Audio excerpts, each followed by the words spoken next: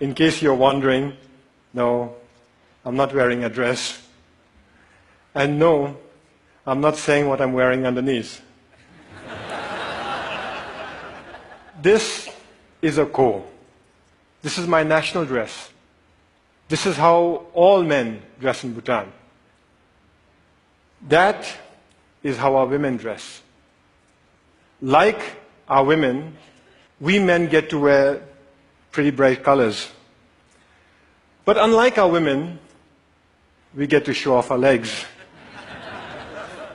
Our national dress is unique. But this is not the only thing that's unique about my country. Our promise to remain carbon neutral is also unique. And this is what I'd like to speak about today, our promise to remain carbon neutral. But before I proceed, I should set you the context. I should tell you our story. Bhutan is a small country in the Himalayas. We've been called Shangri-La, even the last Shangri-La. But let me tell you right off the bat, we are not Shangri-La. My country is not one big monastery populated with happy monks.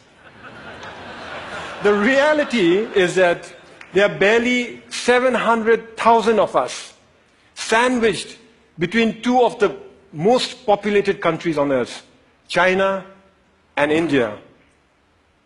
The reality is that we are a small, underdeveloped country doing our best to survive.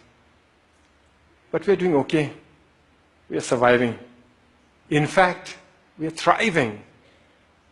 And the reason we are thriving is because we've been blessed with extraordinary kings. Our enlightened monarchs have worked tirelessly to develop our country, balancing economic growth carefully with social development, environmental sustainability, and cultural preservation, all within a framework of good governance.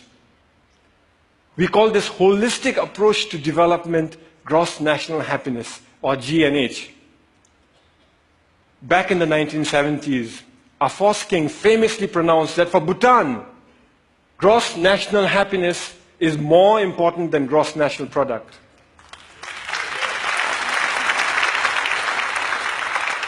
Ever since, all development in Bhutan is driven by GNH, a pioneering vision that aims to improve the happiness and well-being of our people. But that's easier said than done, especially when you're one of the smallest economies in the world. Our entire GDP is less than $2 billion. I know that some of you here are worth more individually than the entire economy of my country. So our economy is small. But here's where it gets interesting. Education is completely free. All citizens are guaranteed free school education, and those that work hard are given free college education. Healthcare is also completely free. Medical consultation, medical treatment, medicines, they're all provided by the state. We manage this because we use our limited resources very carefully, and because we stay faithful to the core mission of GNH, which is development with values. Our economy is small, and we must strengthen it. Economic growth is important.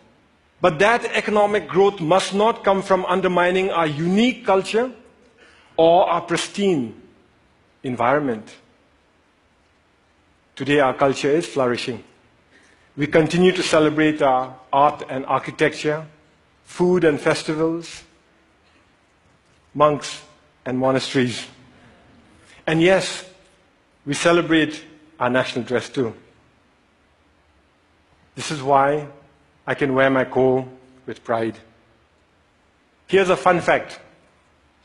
You're looking at the world's biggest pocket. It starts here, goes round the back, and comes out from inside here. In this pocket, we store all manner of personal goods, from phones and wallets to iPads, office files, and books. But sometimes, sometimes even precious cargo.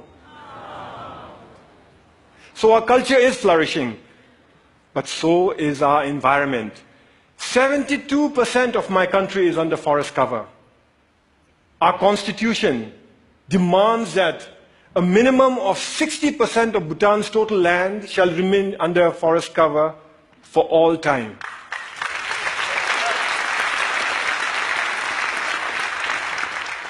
Our constitution, this constitution, imposes forest cover on us. Incidentally, our king used this constitution to impose democracy on us. You see, we, the people, didn't want democracy. We didn't ask for it. We didn't demand it. And we certainly didn't fight for it. Instead, our king imposed democracy on us by insisting that he include it in the constitution. But he went further. He included provisions in the constitution that empower the people to impeach their kings, and included provisions in here that require all our kings to retire at the age of 65. Fact is, we already have a king in retirement. Our previous king, the Great Fourth, retired 10 years ago at the peak of his popularity. He was all of 51 years at that time. So as I was saying, 72% of our country is under forest cover. And all that forest is pristine. That's why we are one of the few remaining global biodiversity hotspots in the world. And that's why we are a carbon neutral country. In a world that is threatened with climate change, we are a carbon neutral country. Turns out it's a big deal. Of the 200 odd countries in the world today, it looks like we are the only one that's carbon neutral. Actually, that's not quite accurate. Bhutan is not carbon neutral. Bhutan is carbon negative. Our entire country generates 2.2 million tons of carbon dioxide. But our forests, they sequester more than 3 times that amount. So we are a net carbon sink for more than 4 million tons of carbon dioxide each year. But that's not all. We export most of the renewable electricity we generate from our fast-flowing rivers.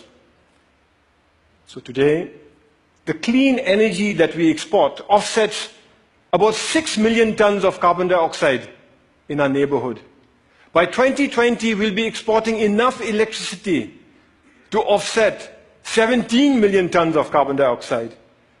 And if we were to harness even half our hydropower potential, and that's exactly what we are working at, the clean, green energy that we export would offset something like 50 million tons of carbon dioxide a year. That is more CO2 than what the entire city of New York generates in 1 year. So inside our country, we are a net carbon sink. Outside, we are offsetting carbon. And this is important stuff. You see, the world is getting warmer.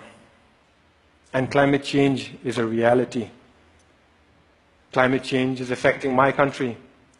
Our glaciers are melting, causing flash floods and landslides, which in turn are causing disaster and widespread destruction in our country. I was at that lake recently. It's stunning. That's how it looked 10 years ago. And that's how it looked 20 years ago.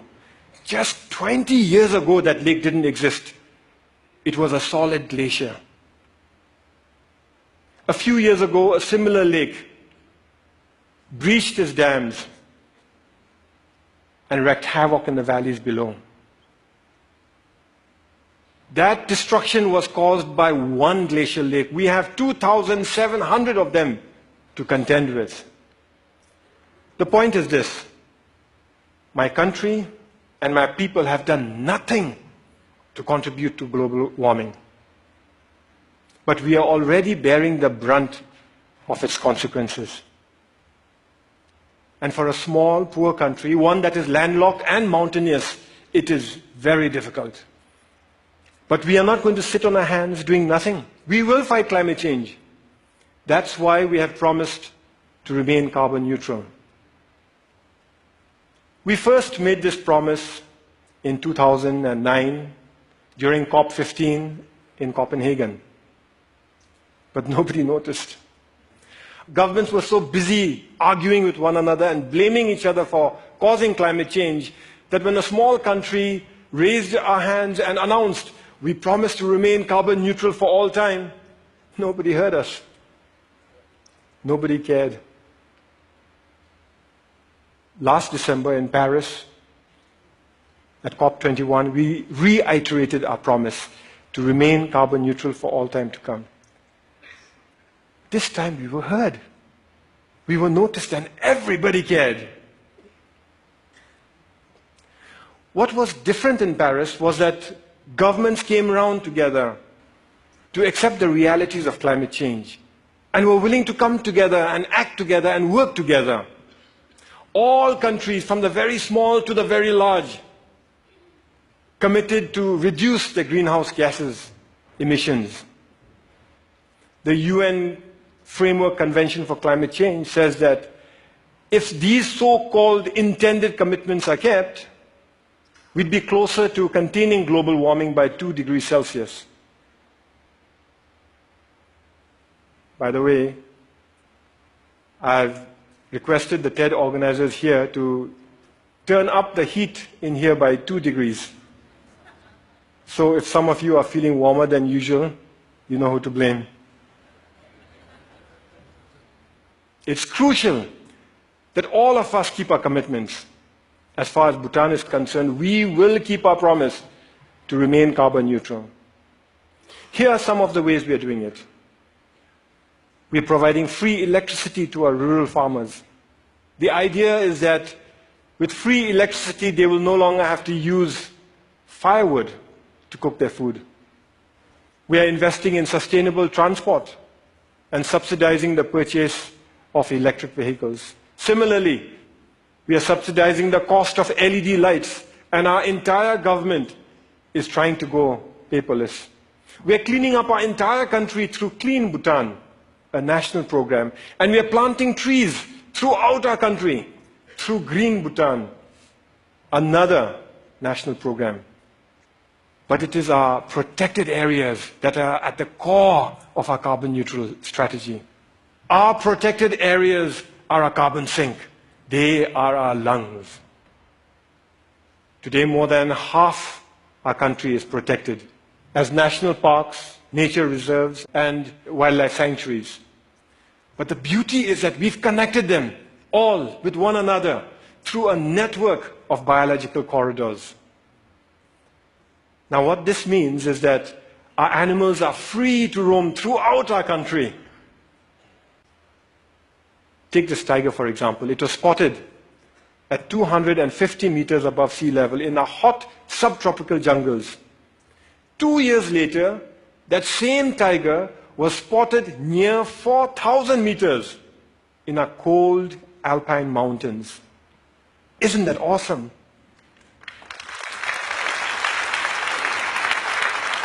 We must keep it that way. We must keep our parks awesome.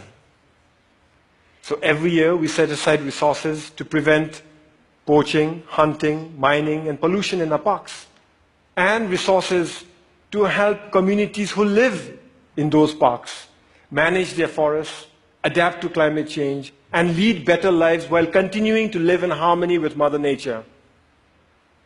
But that is expensive.